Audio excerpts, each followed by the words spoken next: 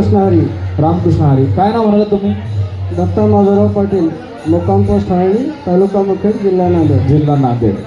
आता या ठिकाणी सण मराठीचा कार्यक्रम आपण बघितला, आनंद घेतला आणि या टी व्हीवरती या स्क्रीनवर तुम्ही सखा माझा पांडुरंग या मालिकेचा प्रोमो बघितला. तर तुम्हाला थोडक्यात या कार्यक्रमाबद्दल काय वाटतं?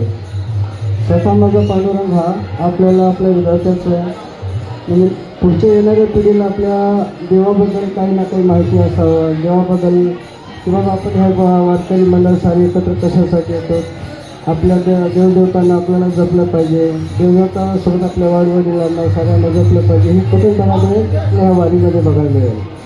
आजकालच्या पिढीची कमतरता काय म्हणलं तर देवदेवताबद्दल हे नाही असं येणार. बरोबर, अगदी बरोबर सांगितलं. आणि इथे आपण जो कार्यक्रम घेतला, तुम्ही सगळ्यांनी आपल्या विठुराचं नामस्मरण केलं, त्याचबरोबर भजन केलं, सगळ्यांनी फुगडी खेळली. हा एक तुमचा वेळ कसा आणि तुम्ही त्याबद्दल काय बोलणार? हा तर आपला पारंपरिक खेळ आहे. हां, या कलांना येणाऱ्या पिढीला कसं दाखवायला पाहिजे हे जर आज आपण पाहत गेलं तरच आपल्याला पुढे येणार आहे. बरोबर. हो, आज जर आपण हा वारीमध्ये हे जर वारसा नाही चालू ठेवला तर पुढच्या पिढीला कसं कळेल की बाबा ही वारी होते, या वारीमध्ये काय होतंय काय नाही.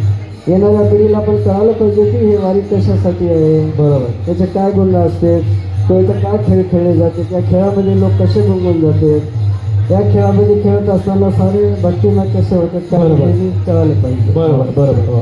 म्हणजे वर्षानुवर्षभरापासून आपली ही आषाढी वारीची पायी दिंडी यात्रा ही जी परंपरा चालत आली आहे, ही अशीच पुढेही अपरंपार चालत राहो अशी आपण आपल्या पांडुरंग चरणी रखुमाई चरणी प्रार्थना करू आणि आपल्या सगळ्यांना, आपल्या विठ्ठल रखुमाई भक्तांना शक्ती देव, बळ देव अशी इच्छा अपेक्षा व्यक्त करू.